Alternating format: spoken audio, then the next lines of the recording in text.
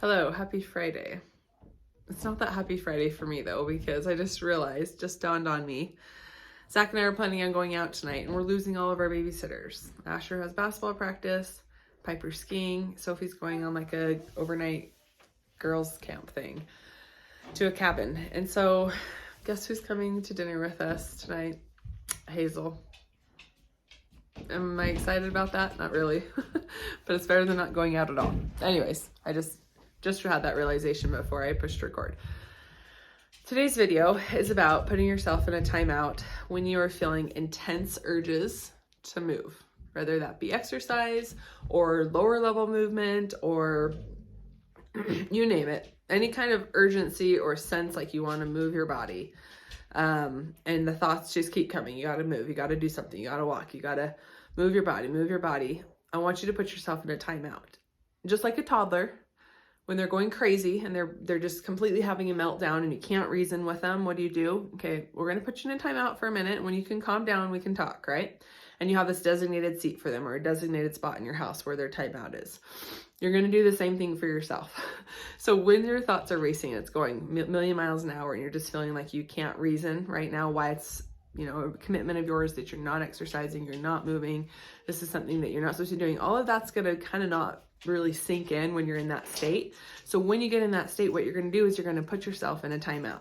Now that timeout could be your bed, and it could be even with your covers over you, just like it's just a safe place where you're just laying there, you're taking big deep breaths and you're just staying in your bed and you're not getting up until that sense, that really strong temptation or urge has passed.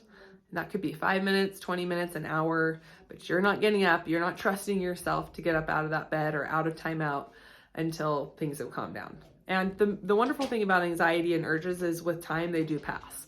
And so you just have to be patient and let that time pass.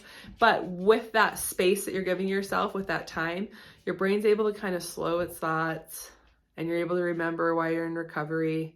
You're able to think about the consequences of if you do that. You're able to remember how you feel after you give into a compulsion and how frustrating it is to then get back on track.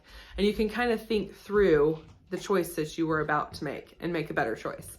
So I want you to practice this tool over the weekend and throughout your recovery, putting yourself in timeout. And let me know how it goes, because that sense of urgency and that just sensation in your body, I remember feeling like I truly couldn't be on my 2 feet, couldn't be standing because I couldn't trust myself to not want to start doing all kinds of weird stuff. I share the experience where my husband was going out for a run during my recovery and I was just crawling out of my skin. And it was either I grabbed onto my son's bed and just held on tight until the urge passed, or I started doing, jumping jacks, burpees, whatever you name it, just moving my body. And I just clung like white knuckled. This is like literally the term white knuckling my son's bunk bed and just sat there and sat there and sat there and sat there. And guess what? With time, in a matter of maybe, like 5 or 10 minutes, maybe, I sat there. And I was able to release, let go of the bed, walk to my bed. This is where this came about. Walk to my bed and lay in my bed until that passed. And that was another maybe 20 or 30 minutes. Then I could get up. I had reframed the whole situation. What a great opportunity for me to rewire. I just felt very triggered with someone moving. The compulsion would be for me then to move. I'm not going to move. We're going to end that. We're going to stop reacting that way. What I talked about yesterday, you have a stimulus, which would be the trigger. My response, which would have been to move. There's this space in between. This is the timeout we're putting ourselves in. And then we're having a different response, because that space is where freedom and power is born, remember. And so with that, then you can choose a different response, and that response is to not give in to the compulsion to move.